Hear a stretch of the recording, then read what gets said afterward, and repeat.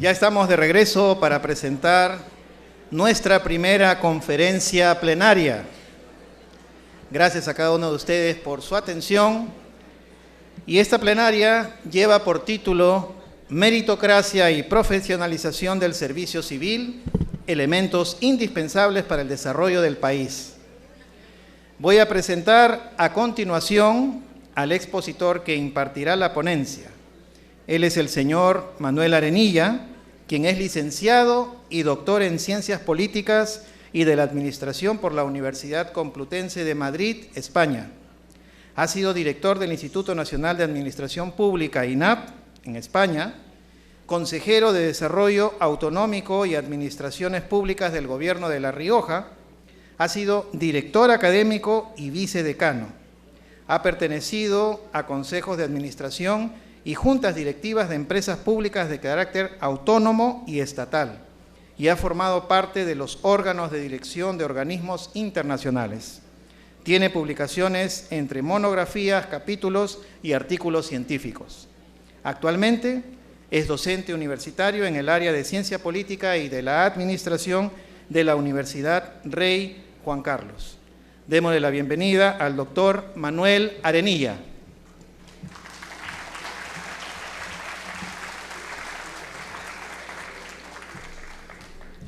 Bien, buenas tardes. Debo comenzar, como es obligado, dando las gracias al presidente de Servir, a Guillermo Valdivieso, también lógicamente al buen amigo Dante Mendoza, director de la Escuela Nacional de Administración Pública de Perú, y a tantos amigos y amigas que hay en la sala.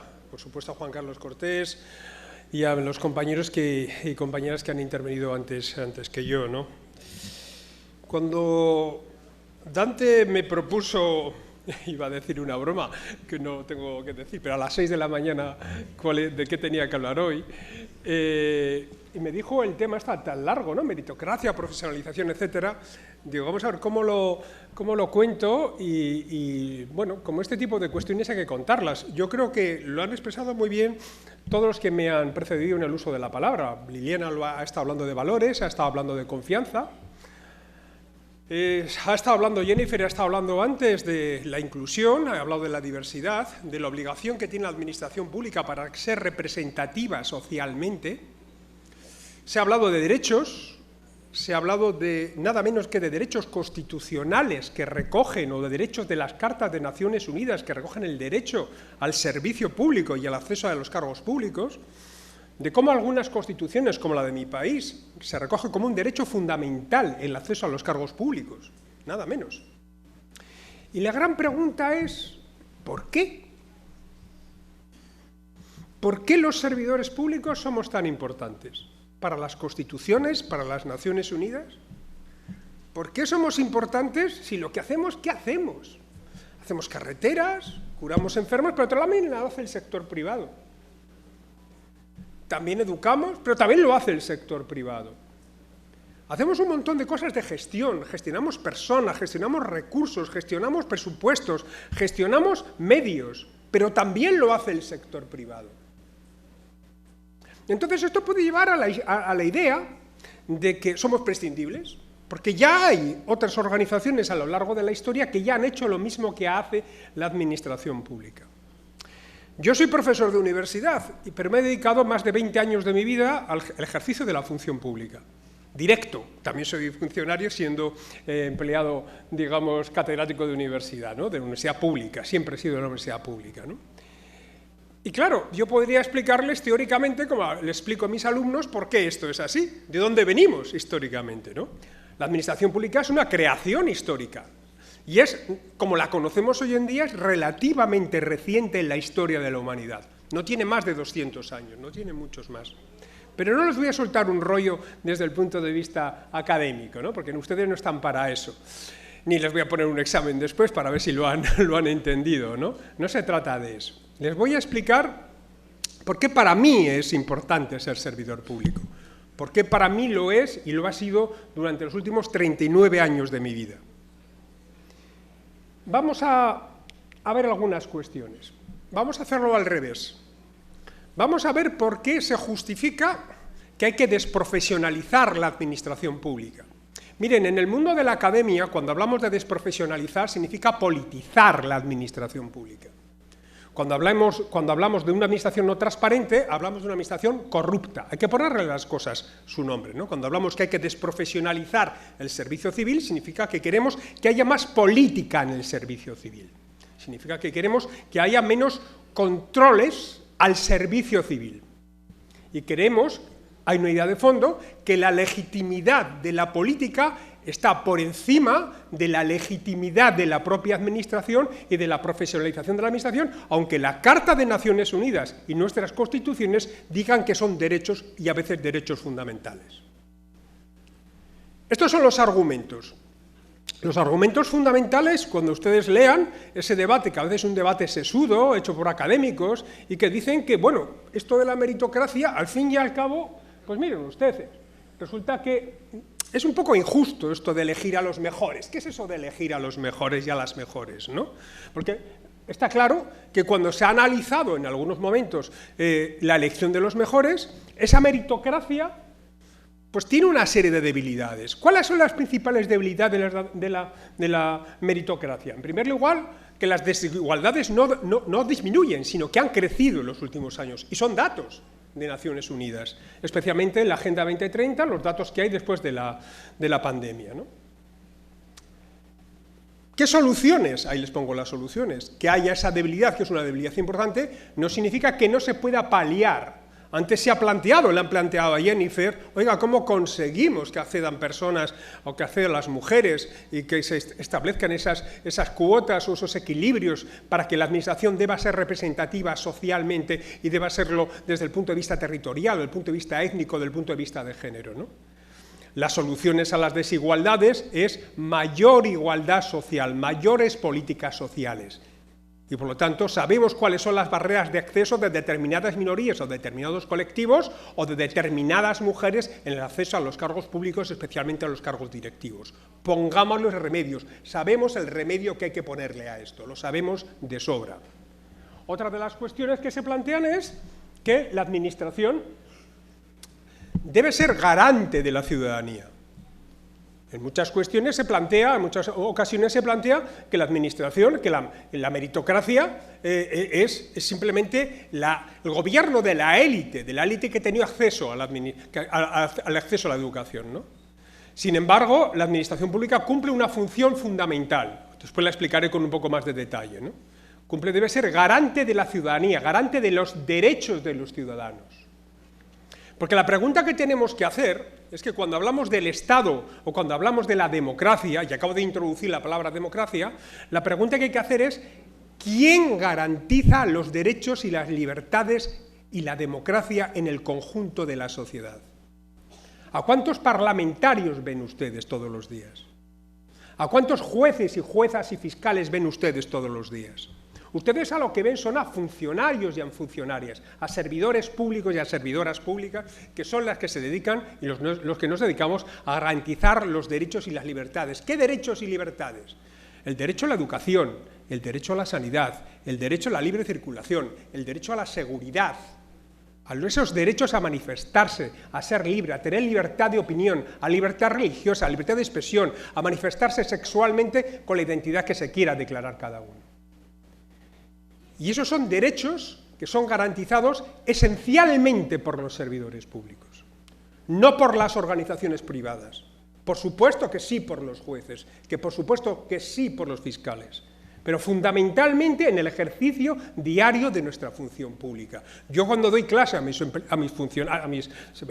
funcionarios, pero también a los estudiantes, yo les digo, yo estoy ejerciendo un derecho, estoy ejerciendo una actividad que garantiza vuestro derecho a la educación, que es un derecho fundamental recogido en nuestra Constitución. Esa es una función indisponible para los servidores públicos, para el conjunto de la sociedad. Sabemos que efectivamente los ascensores sociales no funcionan. Por eso la meritocracia puede estar en cuestión.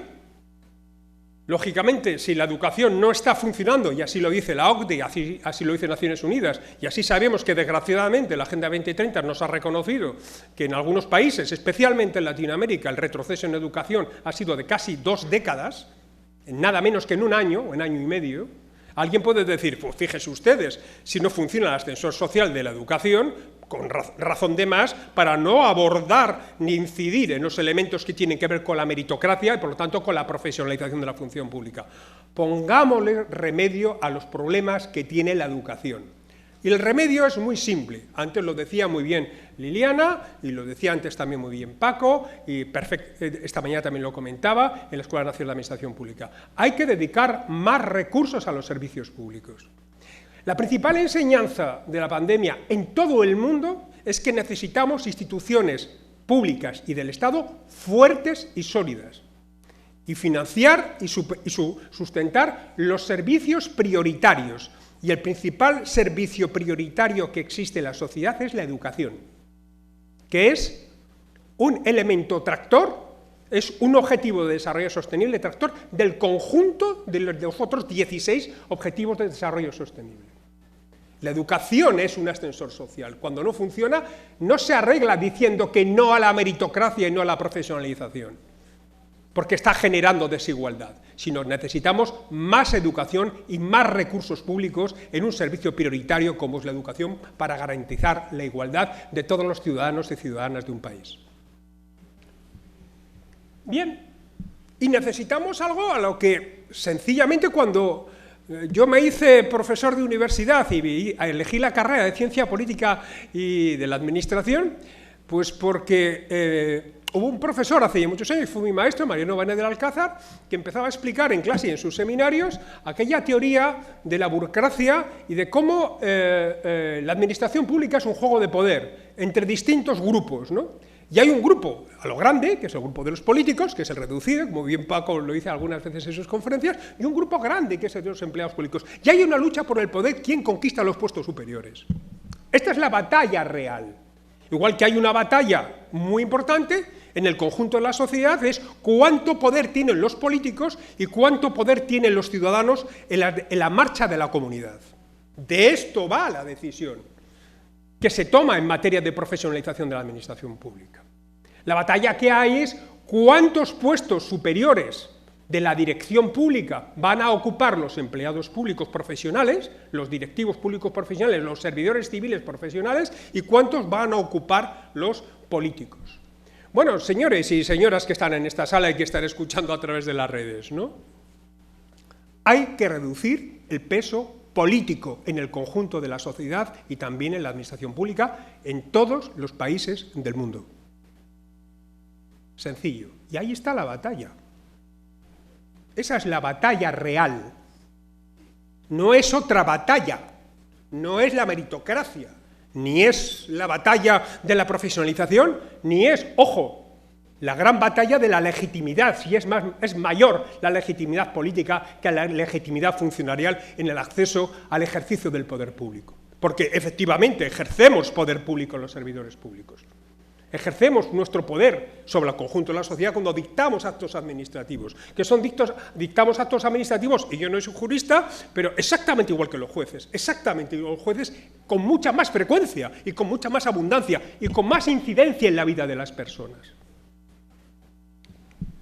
La siguiente cuestión es que la administración pública, cuando hablamos de integridad, cuando hablamos de transparencia, o cuando hablamos de ejemplaridad, la administración pública transmite valores, transmite creencias.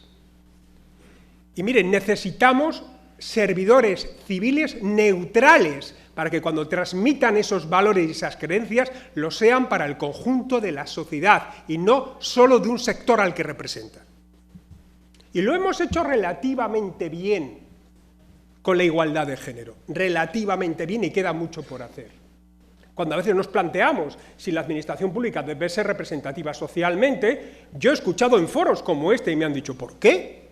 Le digo, pues imagínense que sigamos gobernando la administración pública solo los hombres.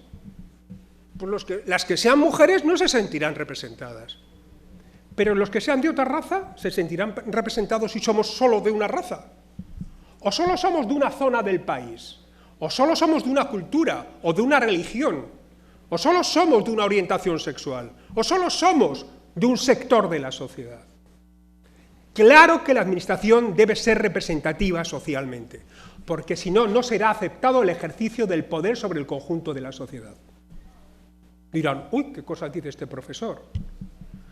La historia de la humanidad está llena de cómo hemos pasado de unos colectivos que dominaban sobre el conjunto de la sociedad a otros colectivos que se han introducido en ese dominio sobre el conjunto de la sociedad. 1, 2, 3, la Revolución Francesa.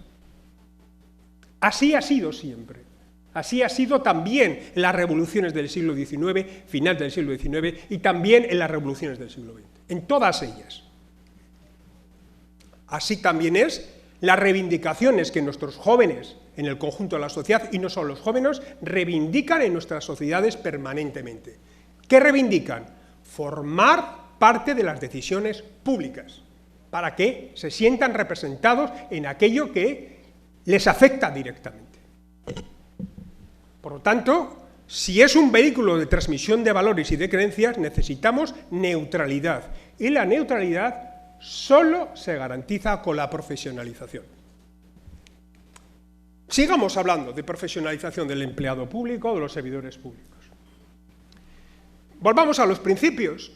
Volvamos a los principios. Miren, ustedes, igual que yo me paso el día o corrijo exámenes, o diseñamos programas académicos, o hacemos cosas variadísimas, o preparamos conferencias como esta, ¿no? Y ustedes se pasan el día haciendo papeles electrónicos, tramitando contratos, y se pasan el día aguantando a sus jefes, y aguantando a sus jefas, y a los ciudadanos. Se pasan el día haciendo eso, todo el día. Y se nos olvida para qué lo hacemos. Se nos olvida para qué lo hacemos. Mire, yo les voy a contar anécdotas. Yo toda la mañana diciendo se la voy a contar o no la voy a contar. El otro día, bueno, hay que repartir cargos dentro de mi departamento en la universidad. Y fíjense que es una cuestión pequeña, ¿no? Y digo, bueno, pues al final, bueno, me ha tocado, lo voy a elegir yo, vale, alguien lo tiene que asumir. Es una cuestión farragosa, pesada, menor realmente, pero bueno.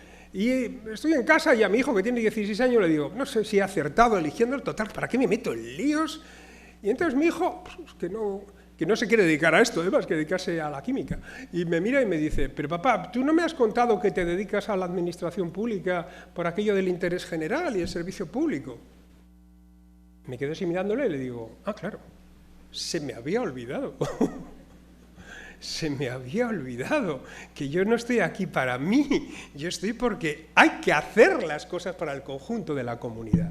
No para el Estado, como una cosa inconcreta, es para la comunidad, para las personas. Son personas con las que tratamos, no con procesos, ni con herramientas, ni con tecnologías, ni con inteligencia artificial, ni con blockchain, ni con la ley del servicio civil. Tratamos con personas y la mayor parte de las veces se nos olvida. Y entonces hay que volver a los orígenes. ¿Nosotros realmente a qué nos dedicamos? Cuando nos diferenciamos, por ejemplo, del sector privado que les decía antes, ¿nosotros a qué nos dedicamos? ¿Cuál es nuestro negocio? Nuestro negocio es sencillo. Es sencillo, garantizar los derechos y libertades de las personas.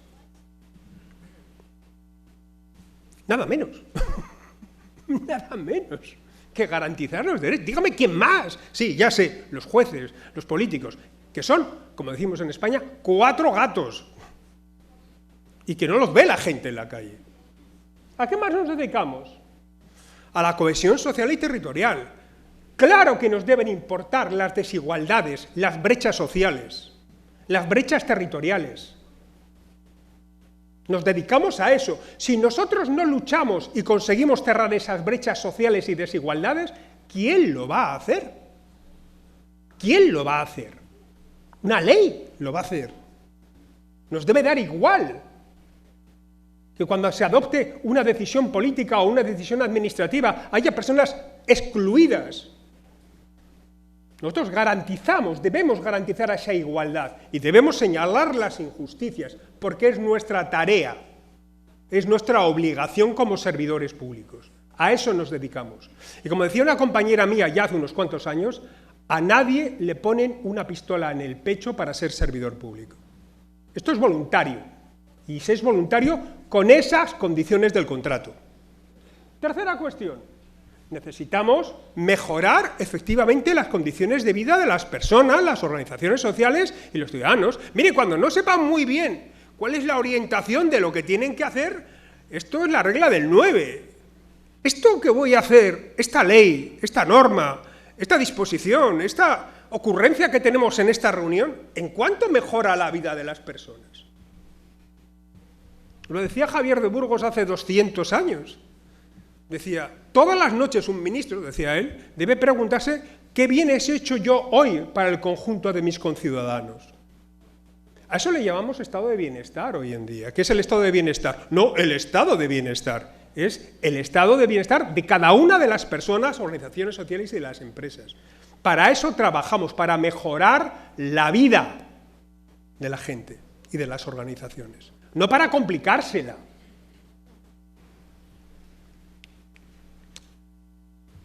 Valor público. Es cierto que el valor público no solo lo genera la administración pública. Cuando mis alumnos me ponen que el valor público es el valor de la administración pública, no es que les suspenda, pero les bajo la nota inmediatamente, ¿no? Esto ha cambiado mucho, ¿no? ¿Pero qué es el valor público? Miren, es muy sencillo. Toda esa relación se la voy a resumir en una sola línea. La administración tiene la obligación de hacer fuerte a la sociedad para que la sociedad le ponga las cosas difíciles.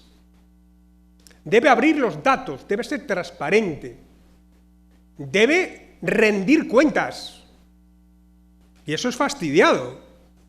¿Por qué es fastidiado? Porque le estoy dando poder a los ciudadanos, a la sociedad y a la comunidad. Estoy empoderándola y, por lo tanto, estoy reduciendo el poder del Estado en favor de la sociedad y en favor de los grupos de esa sociedad y de las personas individuales. Y esa es una función de la administración y del Estado actual. Este es otro motivo de ataque a la profesionalización de la administración pública y a la apertura de la administración pública y que la administración pública sea representativa socialmente. Y por lo tanto, necesitamos ciudadanos y ciudadanas críticas que nos lo pongan difíciles. Ya quisiéramos tener, claro, ciudadanos dóciles que no entiendan lo que les escribimos, que les mandemos documentos y no sepamos que no entiendan lo que sean, que tengan que buscar intermediarios en gestores administrativos. Queremos gente que no se entere de las cosas. Algunas personas querrían eso. Pero nuestra obligación no es esa. Nuestra obligación es exactamente la contraria. Es empoderar a la sociedad. Porque aquí no hablamos de lo público. Lo público no es patrimonio del Estado ni de la administración. Lo público es lo propio de la comunidad. Y se nos ha olvidado. Y se nos ha olvidado. Y eso significa que tenemos la obligación de colaborar con las organizaciones sociales, con las privadas y con los ciudadanos individuales. Tenemos la obligación. No es una nueva idea que se les ha ocurrido al nuevo think tank de moda sobre gobierno abierto. No. Es una obligación, no es una de las nuevas ocurrencias sobre la gobernanza participativa. No, es una obligación que viene en el contrato del servidor civil. De siempre. Más cosas. ¿Cuál es el rol de los gestores públicos? Ya entramos ya en la profesionalización y el contenido real de esto. Bueno, pues es muy sencillo. Es decir, ayudar a los gobiernos, ayudar en la toma de decisiones y decirles lo que es viable, decirles cuáles son los activos disponibles, de qué disponen, de qué recursos, de qué personas disponen, y también para que los servicios sean efectivos. Mire, estamos acostumbrados ya desde hace un tiempo, y antes se ha comentado también en alguna de las conferencias, a medidas o a aparentes decisiones políticas que son puramente de marketing, de anuncios, sin ningún tipo de contenido, a leyes que no prevén ningún tipo de medios. La obligación de un gestor público, de un servidor civil profesional, es decirle al político: estos son los medios, estos son las personas con las que cuenta, esta es la viabilidad de lo que usted está diciendo, que puede ser cero. Lo que usted propone es cero. O esto no es posible, porque no hay medios, o porque no ha tenido en cuenta los distintos factores que intervienen, o porque no ha tenido en cuenta las organizaciones o las personas que tienen que llevarlo a cabo. Esa es la función, y esa función no es agradable para algunos políticos. ¿Qué más tiene que hacer un gestor público?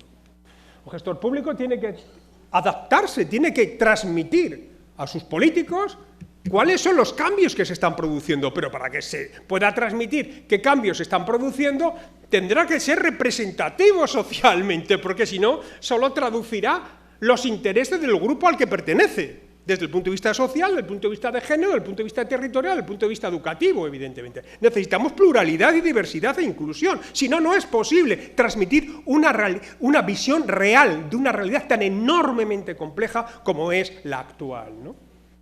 Y tiene que hacerlo en colaboración con otros actores. Hombre, claro que es mucho mejor decidir yo solo. Lo que no es agradable es equivocarse yo solo. Pues para acertar necesitamos la ayuda y la colaboración de otros y de otras.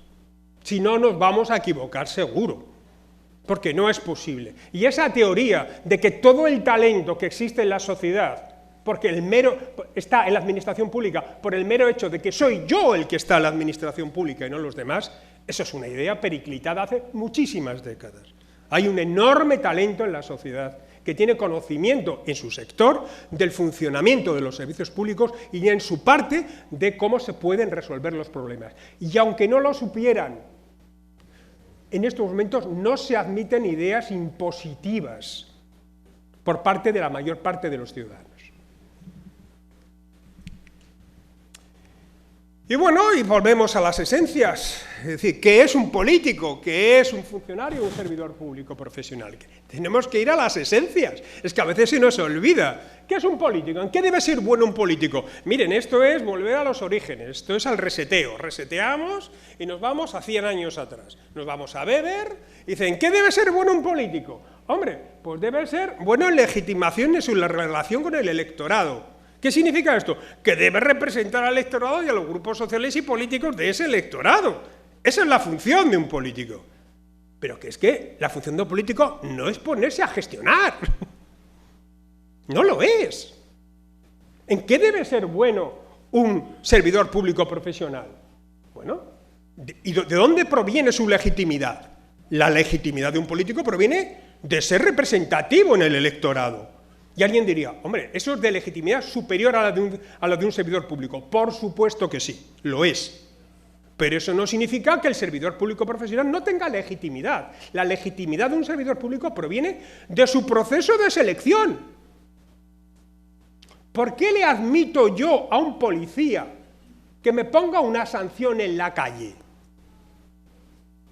Porque debo presumir que ha sido seleccionado profesionalmente y que está actuando con un criterio de neutralidad y no de sesgo, porque yo sea mujer, porque sea de otra raza, o porque sea de otra creencia, o porque lleve una etiqueta, lleve una pegatina de un club de fútbol que no le gusta al policía. Esta es la razón. Si no, ¿por qué voy a admitir la autoridad? Y quien dice eso de un policía lo puede decir de un cirujano, lo puede decir de un profesor, o lo puede decir de cualquier otra persona a la que yo me someto, porque yo me someto a esa persona porque hay normas y porque tiene esa autoridad. Y esa autoridad, el autor proviene de que tiene una legitimidad que yo le concedo. Y yo se la concedo porque es un profesional neutral. Y tengo que saber que es neutral, porque si no todo el sistema se viene abajo. Por cierto, ¿cuál es el sistema que se viene abajo cuando yo no considero que tiene legitimidad el empleado público? Lo que se viene abajo es la democracia. Lo que se viene abajo son los fundamentos de la democracia. Hombre, si nos dedicamos a los derechos y libertades, a garantizar la igualdad y la vertebración social, y eso no lo conseguimos porque entendemos que los que lo ejercen van bajo mandato político o por sesgo, evidentemente, miren, esas son las bases esenciales de lo que nosotros llamamos democracia. Eso es la democracia, no es otra cosa. La democracia no solo es una palabra, la democracia son un conjunto de instituciones. ¿Qué más deben ser buenos los políticos? Bueno, pues deben ser buenos en representar a un determinado grupo, como he dicho antes, social, etcétera, etcétera. Y se les espera de los políticos que identifiquen metas y que remuevan obstáculos. Eso es propio de los políticos. No es esa frase tan bonita de los políticos en su país, en el mío y en el de al lado, ¿no? Es, yo he venido aquí a aprender. Hombre, no. Hombre, a aprender van los niños al kindergarten o a la guardería. Usted imagínese que el presidente o la presidenta de una gran empresa multinacional llegue el primer día al Consejo de Administración o a la Asamblea de Accionistas y le diga: yo he venido a aprender. Bueno, pues las acciones de esa empresa caen en picado, evidentemente. ¿Cómo que yo he venido a aprender? Como si fuera un mérito. No, mire, usted es bueno profesionalmente en todo eso. Y eso, como dice Weber, es a lo largo de una carrera política. No porque yo he venido aquí. En cambio, el empleado público, según Weber y los clásicos, ya verán ustedes, los que se dediquen a este sistema, verán que yo soy institucionalista. Bueno, lo que te dicen es, bueno, que usted debe ser bueno en apoyar las decisiones y en decir cuál es la viabilidad de las decisiones y qué medios debe contar usted. Mire, señora ministra, como vaya usted por ahí, esa política no va a salir. Hombre, igual a la señora ministra le guste, usted a la calle, me lleva a la contradicción, o como diría, ¿no?, pues en Alicia en el País de las Maravillas, la reina de corazones, que le corten la cabeza. Hombre, sí, no digo yo que haya gente que tenga esa tentación, pero que le corten la cabeza. Hombre, no. Igual la señora ministra tiene que decir, igual lleva razón. Igual esta persona se ha preparado, lleva aquí un tiempo, se dedica a esto, igual lleva razón. Oye, voy a prepararme este tipo de cuestiones, ¿no?, antes de tomar una decisión, oye, que afecta a vidas y personas y haciendas. ¿En qué más tiene que ser bueno un servidor público profesional? En procedimientos. Esos rollos de los procedimientos, pero tienen que saberlos. O sea, no necesitamos políticos aficionados a la gestión pública, ni que vayan a aprender. Necesitamos buenos que sean en políticas, porque eso de la izquierda, que deben ser buenos los políticos, cuando los de la derecha, que son los servidores públicos profesionales, se meten, los ciudadanos no se lo admiten. No le admiten los ciudadanos a un servidor público que se meta en política.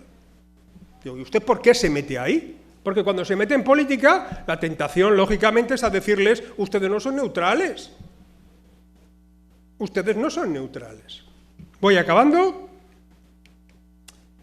Conclusión, pues es sencillo. Miren, una de las cosas más difíciles que hay en la administración pública, y aquí hay personas con más experiencia que yo, y a mí me ha tocado en distintos sitios crear y también incorporarme a instituciones muy antiguas, una de las cosas más difíciles que hay en el ámbito público es crear y mantener instituciones. Servir, yo vi cómo nació, aquí está Juan Carlos Cortés, eso cuesta mucho sacarlo adelante. Y una de las cosas más fáciles de hacer es cargarse las instituciones. Simplemente con criterios como, no defiende, la meritocracia es exclusiva, es de una élite de la ciudadanía. No, atiendan ustedes las dificultades que hay desde el punto de vista de la desigualdad. Por lo tanto, proteja las instituciones, porque proteger las instituciones del servicio público es proteger la igualdad y la garantía de derechos y libertades de las personas. Es garantizar los fundamentos básicos de la democracia. Y esa es una de las legitimidades que nos otorgan nuestras constituciones, o nos otorga, como bien ha dicho Liliana, la Carta de Naciones Unidas. Fortalecer la selección y la capacitación de los empleados y servidores públicos. Hay que fortalecerla, porque debe ser permanente, lo debe ser a lo largo de toda la vida, y debe ser evaluada, y debe ser, por tanto, rendir cuentas. Y ya sé que es molesto que a los profesores nos evalúen los alumnos. No me gusta que me evalúen los alumnos, pero lo deben hacer. No digo que solo debe contar lo que digan los alumnos. Cuentan, en mi caso, en mi universidad, el 20% cuentan. Tenemos que tener administración y, por tanto, servidores públicos orientados a los cambios que ya se han producido en la sociedad. Necesitamos perfiles distintos. Necesitamos perfiles distintos profesionales, con capacidades, con habilidades, con competencias, con conocimientos. Pero también, vuelvo a insistir, debe ser una función pública, un servicio civil representativo, social, económica, desde el punto de vista de género, desde el punto de vista territorial. Debe ser representativa de la sociedad a la que sirve, porque si no, no será aceptado su ejercicio. No se extrañen después que el 50 y tantos % de la población en Latinoamérica prefieran gobiernos autoritarios que resuelvan los problemas frente a gobiernos que no sean autoritarios. Porque los que son democráticos no les están resolviendo, democráticos, digamos, del punto de vista estrictamente formal. Y es una responsabilidad de todos nosotros, especialmente de los que tenemos la obligación. O sea, la obligación de que se venga abajo el servicio público universitario no es de los políticos, es de los profesores de la universidad. No es de otras personas. Por supuesto que también hay que cambiar las leyes, pero es de nuestro trabajo diario. Y por último, necesitamos algo muy sencillo, que es dificilísimo, que es abrirnos a la sociedad, escuchar a la sociedad. La mayor parte de las personas solo quieren que las escuchemos. Nada más que escucharlas. Porque escucharlas significa ponerse en su lugar, atenderles, entender que hay una realidad distinta y hacernos una pregunta: ¿y si llevan razón? ¿Y si, además de nuestro punto de vista, hay otros puntos de vista? Acabo, no lo quería poner, pero lo voy a poner, ¿no? Este es un anuncio que Sir Ernest Shackleton puso en el The Times en 1907, cuando iba a conquistar el Polo Norte. Entonces buscaba tripulación, ¿no? Entonces puso ese anuncio breve en el The Times que decía: se buscan hombres, hay que decir hoy también mujeres, lógicamente, para un viaje peligroso. Paga reducida, frío intenso, largos meses en la más completa oscuridad, peligro constante, es dudoso que puedan regresar a salvo. En caso de éxito, recibirán honores y reconocimiento. Miren, esto ya lo dijeron los griegos hace más de 2500 años. No hay mayor honor para la condición de ciudadano que servir a su ciudad, que servir al conjunto de la ciudadanía. No hay mayor honor en el conjunto de las profesiones de nuestra sociedad que ser servidor civil. Muchísimas gracias.